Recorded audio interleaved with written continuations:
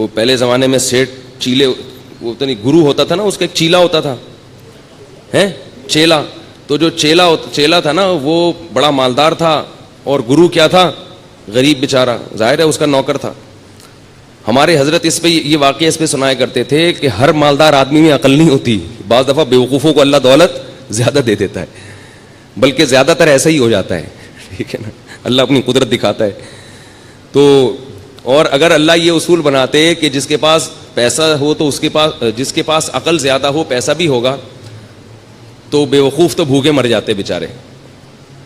تو کیا ہے کہ عجیب حساب ہے کہ بعض دفعہ عقل بالکل نہیں ہوتی, پیسہ بہت ہوتا ہے. تو اس پہ حضرت یہ واقعہ سناتے تھے کہ وہ ایک چیلا تھا, بڑا مالدار تھا, اس کا ایک نوکر تھا. تو چیلے نے اپنے نوکر سے کہا, گرو سے کہا کہ مجھ سے, وہ حضرت پنجابی میں سناتے تھے, بڑا مزہ آتا تھا مجھے, وہ پوری پنجابی اس طرح آتی نہیں ہے, تو میں کچھ اردو کچھ پنجابی کا تڑکا لگانے کی تھوڑی سی کوشش کروں گا, کیونکہ اس لطیفے کا پنجابی میں ہی مزہ ہے. جو لطیفہ جس زبان میں بنا ہو وہ اسی میں سننے میں مزہ آتا ہے, وہ کسی اور زبان میں جب ترجمہ ہوگا تو اس بیچارے کی لطیفے کی ایسی کی تیسی ہو جاتی.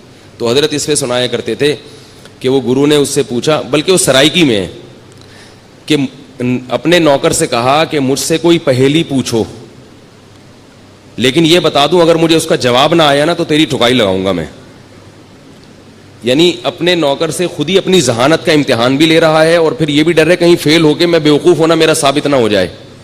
تو کہہ رہا ہے کہ اگر مجھے اس کا جواب نہیں آیا نا, مجھ سے حل نہیں ہوئی, تو میں تجھے چھوڑوں گا نہیں. اور وہ بیچارہ پریشان, یہیں سے بیوقوفی شروع ہو گئی نا.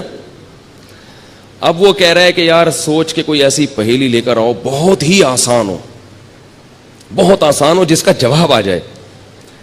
تو اب اس نے پہلی پوچھی کہ حضور بتاؤ کہ ایک جانور ہے تے پونچھ گھمیندی ہے. گھمیندی پنجابی کا لفظ ہے, سرائکی کا لفظ ہے, سرائکی ہے نا, تو سرائکی میں یہ لطیفہ, پونچھ گھمیندی ہے, چولہے کے گرد گھومتی ہے. یعنی ایک جانور ہے جو اکثر چولہے کے گرد گھومتا ہے اور دم ہلاتی ہے رہتی ہے, صحیح ہے نا. اور مزید آسان کرنے کے لیے بولے میاؤں میاؤں کرندی ہے. ٹھیک ہے, اب تو بات ہی حل ہو گئی نا. ایک جانور ہے جو گھر میں رہتا ہے, دم ہلاتا ہے اور اکثر چولہے کے گرد گھومتا ہے اور میاؤں میاؤں کرتا ہے. بوجھو کی ہے, بتاؤ بھائی کون سا جانور ہے. اب وہ سوچ میں پڑ گیا. وہ کیا ہو رہا ہے, سوچ. کافی دیر سوچنے کے بعد بولتا ہے کوکیڑ, مرغا. اب یہ نوکر نے بولا میری تو آئی شامت, اگر میں بولوں غلط ہے. بڑا ہوشیار تھا.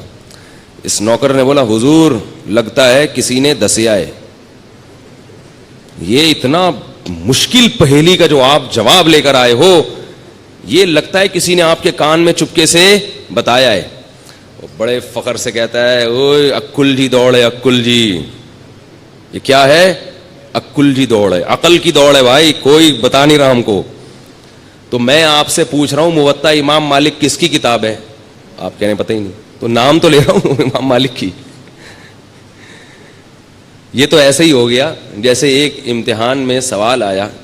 پہلے محمد بن قاسم کا پورا تذکرہ تھا کہ اس نے ہندوستان پہ 17 حملے کیے اور یہ کیا اور وہ کیا. آخر میں بچوں سے سوالات تھے, کیونکہ وہ بچے اتنے نالائق تھے, آج کل جیسے اسکولوں کے ہوتے ہیں کہ وہ استاذ پیپر اتنا آسان بناتے ہیں پھر بھی پاس نہیں ہوتے.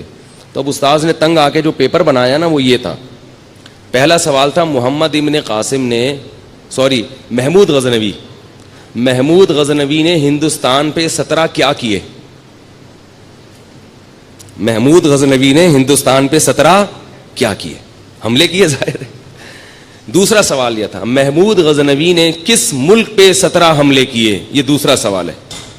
تیسرا سوال ہے کس شخص نے ہندوستان پہ 17 حملے کیے. یہ 3 سوال ہیں اور 3 میں ایک کرنا ہے, 2 اختیاری ہیں. ٹھیک ہے نا, کمپلسری صرف ایک ہی سوال ہے. بچے پھر بھی فیل ہو جاتے ہیں, وہ پھرے دیکھ رہے ہوتے ہیں جو لے کر آئے ہیں نا, یار اس میں کہاں لکھا ہوا ہے.